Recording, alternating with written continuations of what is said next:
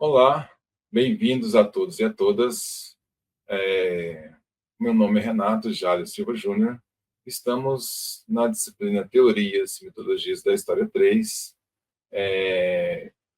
falando ainda das contribuições do historiador marxista Edward Palmer Thompson, e hoje vamos falar dos trabalhadores e a produção da consciência.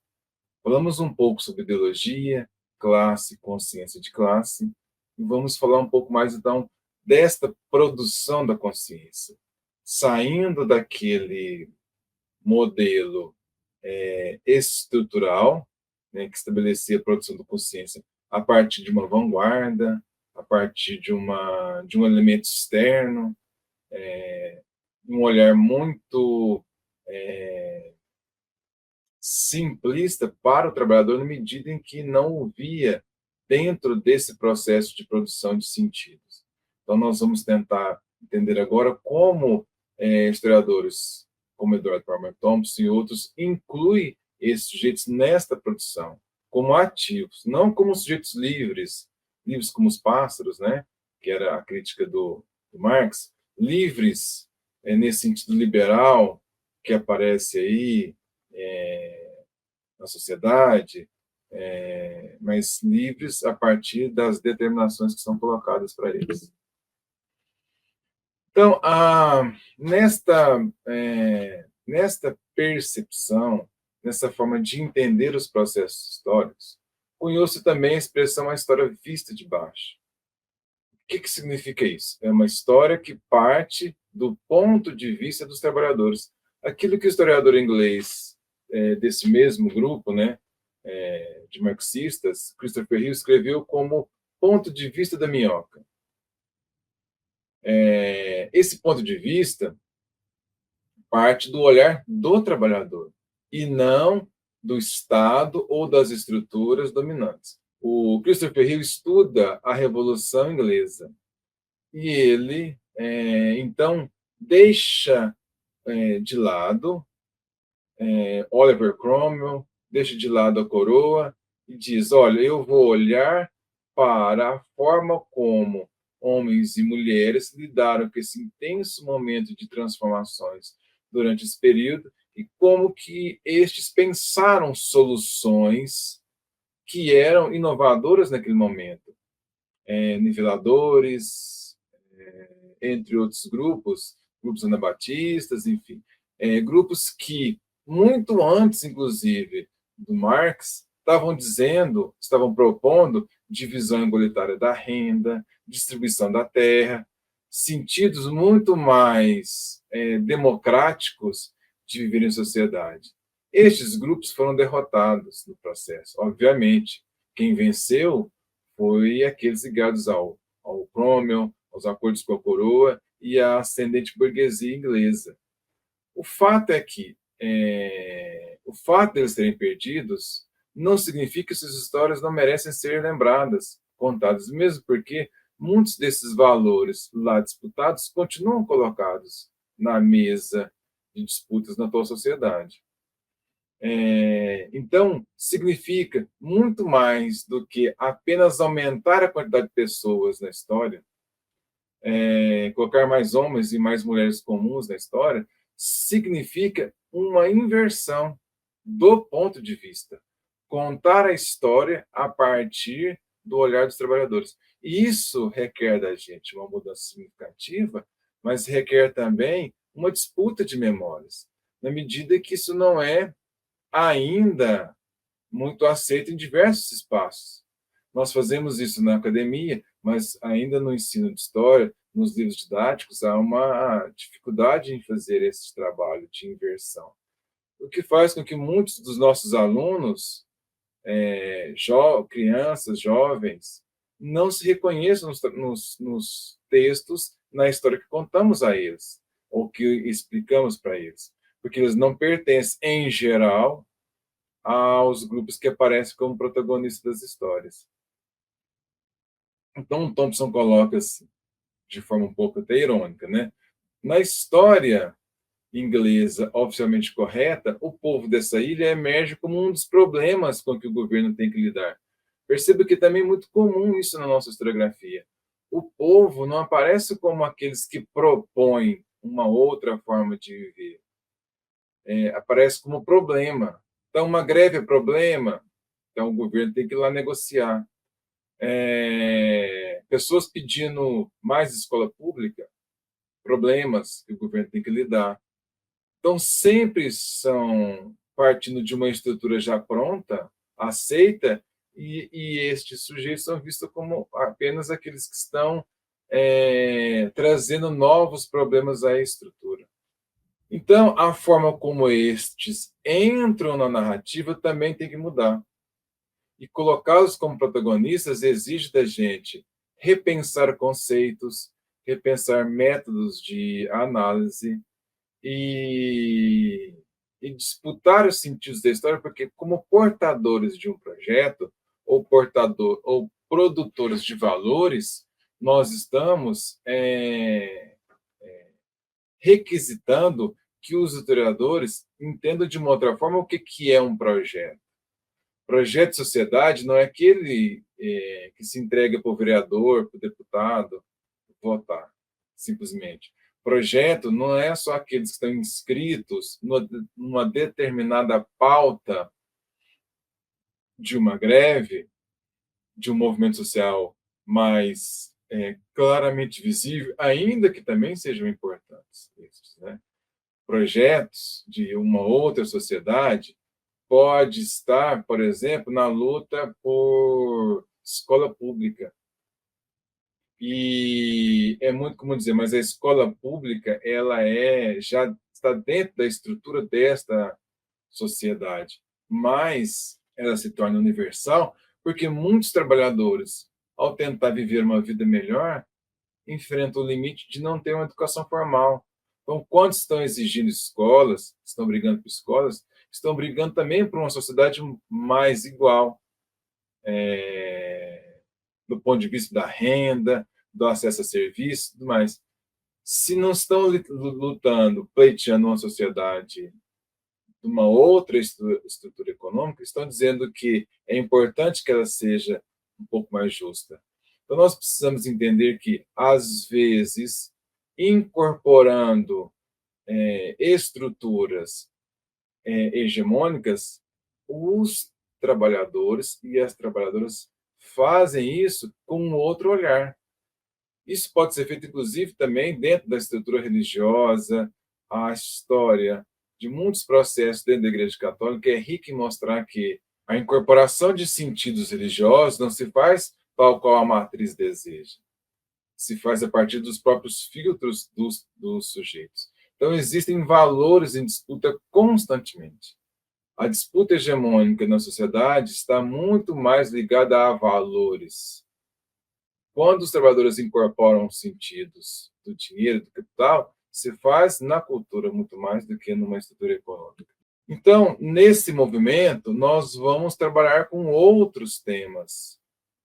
Não mais agora pensando o trabalho restrito ao espaço fabril, mas pensando a história social que envolve o trabalho.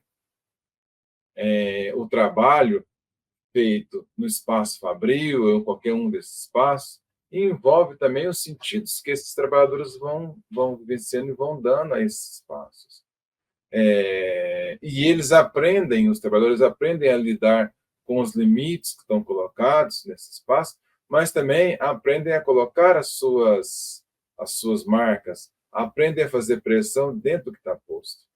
Há uma história muito interessante pensando nesta nova forma de olhar, que envolve a Companhia Siderúrgica Nacional, quando ela ainda pertencia ao Estado, e na época da ditadura. Como essa empresa trabalha com fornos que nunca poderiam ser desligados, os trabalhadores eram proibidos de fazer greve. E eles tinham pautas que não estavam sendo ouvidas pela direção. O que eles fizeram? Eles combinaram chegar atrasados. E quando chegavam atrasados, eles tinham que passar em um determinado lugar para fazer o registro do seu do seu nome, do seu crachá, para depois entrar. Só que todos, ou um grande número chegando atrasados ao mesmo tempo, fez uma fila imensa, e aí correu-se o risco nessa transição de deixar o espaço sem trabalhadores. Uma estratégia que parecia muito simples, mas que exerceu uma pressão dentro dos limites que estavam colocados. Limites não só postos pelo patronato, pelo Estado, pela ditadura, mas limites que foram sentidos e incorporados pelos trabalhadores. Mas os limites não impediram de pensar uma estratégia diferente. Então, nós precisamos pensar também como que cultura e cultura popular aparece como uma mediação para a produção dessas estratégias. E nesse movimento, a religião popular vista não como espaço da alienação, mas também como espaço possível de produzir outros sentidos. Thompson até nos mostra que dentro do metodismo produziu-se lideranças sindicalistas, pessoas que aprenderam a ler, escrever, aprenderam a falar em público. Então, nós não estamos dizendo que não existe dominação. Não estamos dizendo que não existem patrões, que patrões são aliados ao poder do Estado, que o poder do Estado está aliado também está em sintonia também com as religiões, e que todas elas dificultam com que as pessoas entendam de maneira mais complexa estas relações de dominação.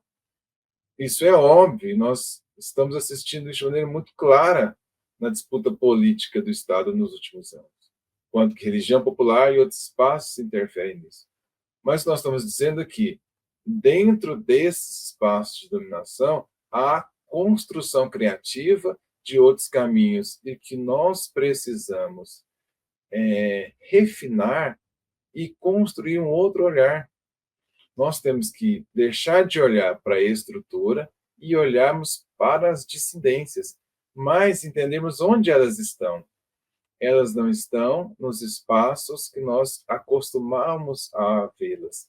Elas podem estar em outros espaços. E é isso nós precisamos aprender a rever, trazendo os trabalhadores como protagonistas.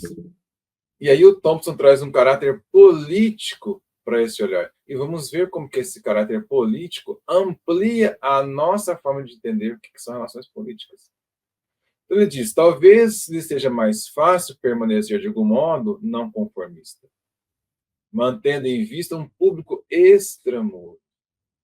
O que significa isso? Thompson trabalha muito tempo com esse público extramuros que está fora do ambiente da universidade, ouvindo esses trabalhadores. Thompson trabalhou, inclusive, com uma espécie de educação de jovens e adultos, dando aula para trabalhadores e trabalhadoras, e nesta relação dialógica, ouvindo-os e escrevendo a partir do que eles têm para dizer.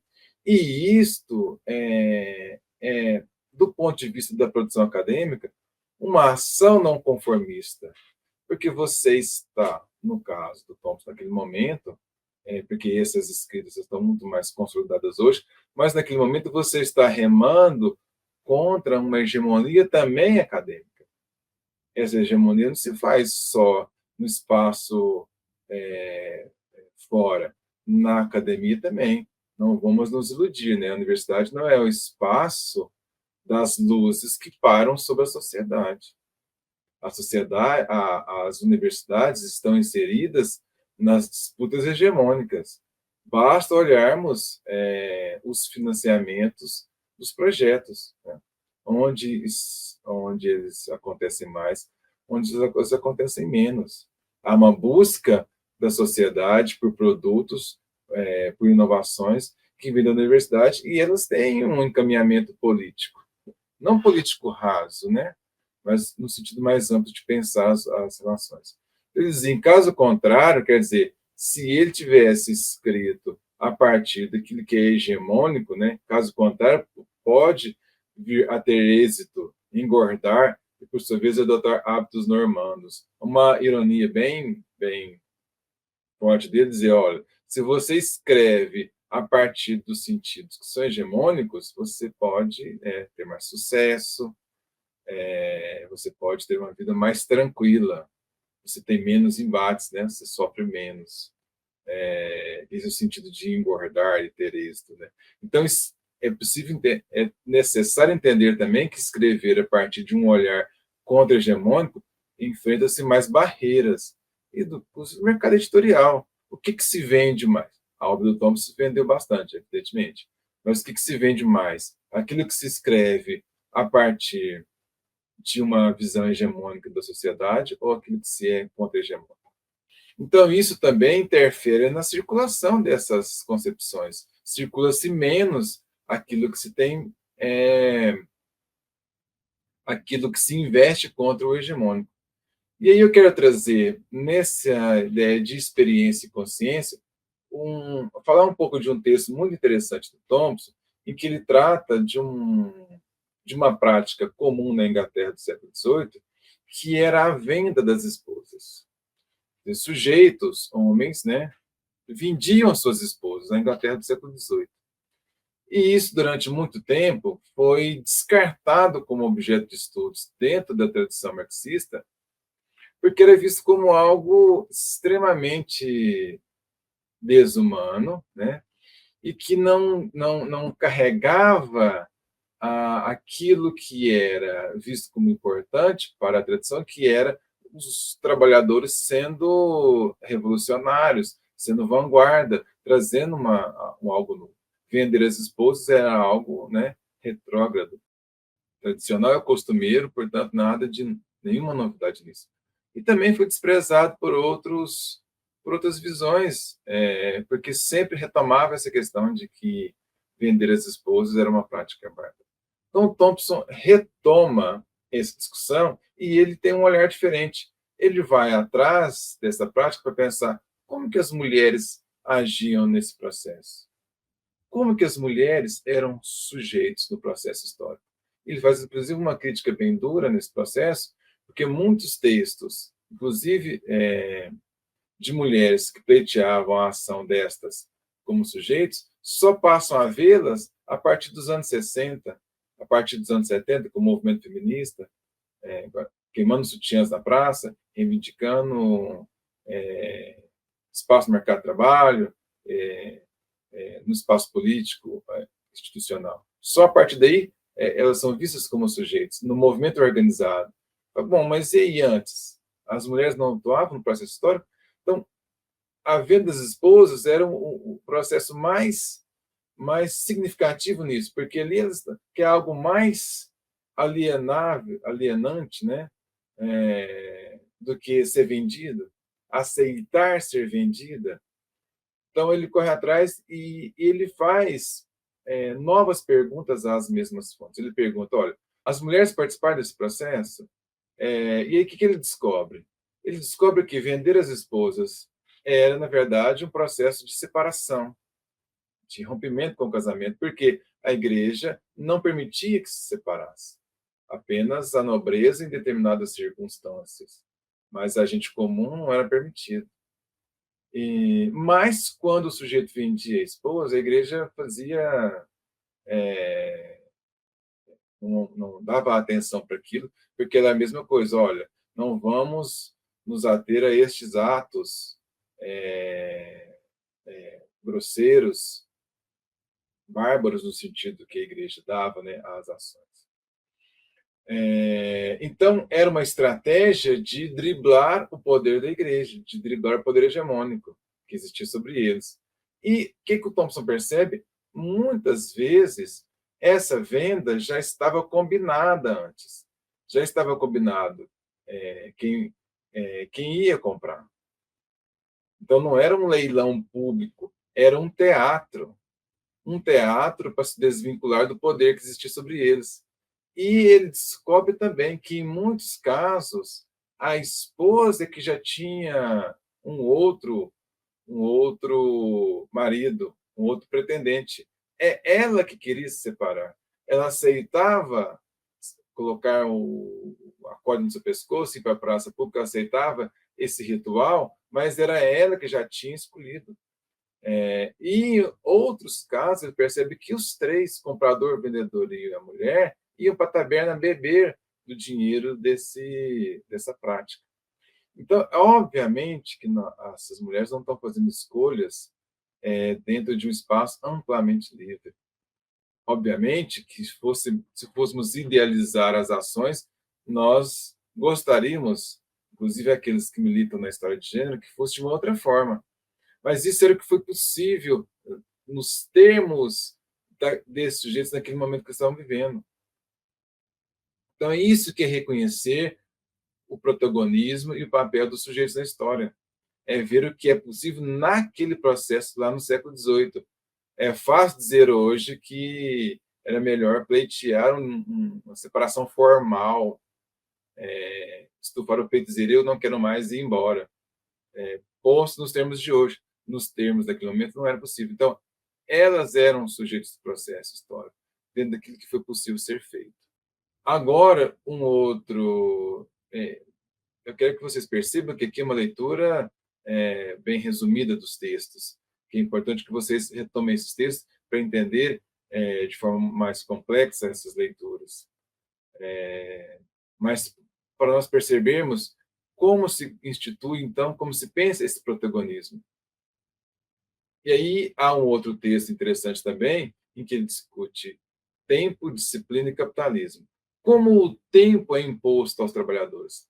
Vamos lembrar que antes da indústria, o tempo não era o tempo do relógio, era o tempo da natureza. Esse tempo da natureza vivia várias e diferentes formas de contar o tempo e de estabelecer rotinas de trabalho. Então, há dias chuvosos, trabalhava-se de uma outra forma. Há dias muito frios, não se trabalhava. Feriados religiosos não se trabalhava, seguiam o calendário da igreja, enfim. Há vários momentos que o trabalho era menor, reduzido, não se trabalhava, era feito de uma outra forma. O relógio e a fábrica fechada, ela destrói essas noções de tempo e ela impõe um tempo único. A partir do tempo do relógio, o trabalhador ele tem uma outra rotina. Ele tem que entrar na fábrica num determinado horário, vamos colocar aqui 7 horas da manhã, e só pode sair da fábrica, no caso da Inglaterra dos primeiros momentos, trabalhava-se 14, 16 horas por dia, né? Então, independente se está chovendo, se está nevando, o trabalhador tem que bater cartão no determinado horário e sair só depois. Então, em muitos momentos, o trabalhador não vê a luz do sol durante a semana inteira. Ele chega na fábrica com o sol ainda nascendo e sai da fábrica, o sol já se escondeu. Não se vê sol. Se vê sol no final de semana, né? Então, existia um rígido controle do tempo. Que é curioso que atualmente se fala em empreendedorismo, se fala você não será mais controlado pelo tempo da fábrica, mas isso piorou as condições de trabalho. Tem que trabalhar muito mais com seu tempo livre, na verdade, vê-se como a construção da hegemonia se dá. O tempo livre é um tempo de muito mais trabalho. Mas, enfim, voltando a este tempo do século XVIII para o século XIX. Então, quando as fábricas instituem o relógio, instituem uma disciplina do capital para o trabalho. O que os trabalhadores fazem no primeiro momento? Eles recorrem aos costumes tradicionais, eles recorrem aos feriados religiosos, eles recorrem às instituições religiosas que são conservadoras para defender o seu tempo. E eles vão perder nessa disputa, porque estas instituições elas estão muito mais ligadas ao novo industrialismo do que a defender os trabalhadores. Vão dizer muitos historiadores, olha, eles foram inocentes em se agarrar aos costumes tradicionais, porque eles estavam mudando de acordo com o sentido que o novo industrialismo queria, e não aquilo que os trabalhadores estavam agarrados. Mas era o que estava posto para eles naquele momento. Então, pleitear, reivindicar os seus feriados religiosos, foi durante muito tempo a estratégia de luta.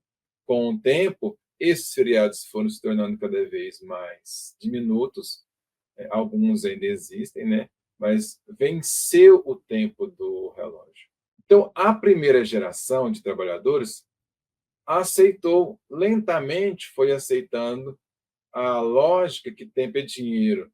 Qual era o discurso hegemônico? Qual é o sentido hegemônico estabelecido pelo novo industrialismo e pela burguesia? Tempo é dinheiro, nós não podemos ficar parados. Até hoje se diz isso.